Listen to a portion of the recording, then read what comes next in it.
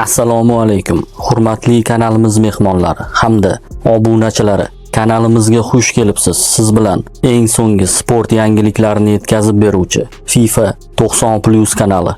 Jahon chempionati saralashi Birlashgan Arab Amirliklari Shimoliy Koreya bilan o'yinni o'ziga qulay bo'lgan maydonga ko'chira oldi. Jahon chempionati saralashi Osiyo mintaqasi 3-bosqich doirasidagi Shimoliy Koreya hamda Birlashgan Arab Amirliklari o'yini Saudiya Arabistonining Ar-Riyod shahrida bo'lib o'tadi.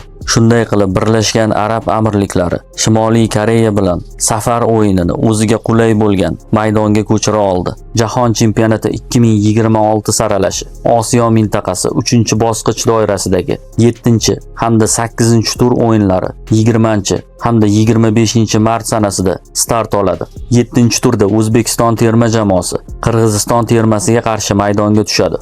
Ushbu uchrashuv 21:00 da Toshkentning Bunyodkor stadionida bo'lib o'tadi. Qatar hamda Shimoliy Koreya o'rtasidagi uchrashuv soat 21:15 da Jassim bin Hamad stadionida start oladi. Eron hamda Birlashgan Arab Amirliklari o'rtasidagi uchrashuv 19:30 da Erondagi Ozodiy stadionida start oladi. 8-tur uchrashuvlari esa 25 mart kuni start oladi. 8-turda Eron O'zbekiston terma jamoasi bilan bahs olib boradi.